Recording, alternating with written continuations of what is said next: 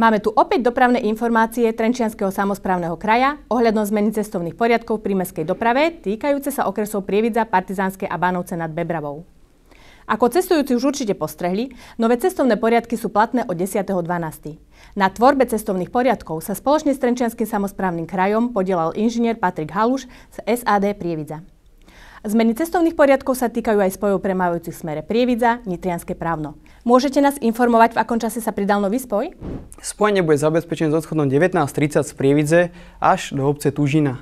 Pre túto časovú polohu sme sa rozhodli z dôvodu vyplnenia vtedajšej časovej medzery v odchode spojov medzi 18:20 a 20:40.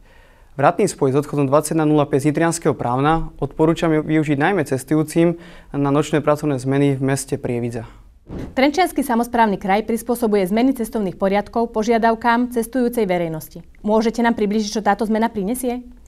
Zmeny cestovných poriadkov majú opätovne za cieľ priblížiť prímestskú autobusovú dopravu bližšie k potrebám cestujúcich. Aj v tomto roku sme cestovné poriadky menili s cieľom zvýšenia efektívnosti a prehľadnosti cestovných poriadkov.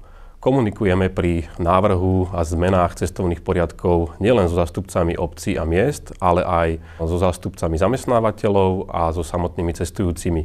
Následne tieto požiadavky analyzujeme s cieľom zabezpečenia stabilnej a pravidelnej dopravy v rámci Trenčianskeho kraja. Zmeny cestovných poriadkov sa týkajú viacerých spojov prímestskej dopravy v okresoch Prievidza, Partizánske, Bánovce nad Bebravou. Viac informácií budeme prinášať v ďalších vstupoch. Všetky zmeny si cestujúci môžu vyhľadať na web stránkach TSK alebo SAD Prievidza.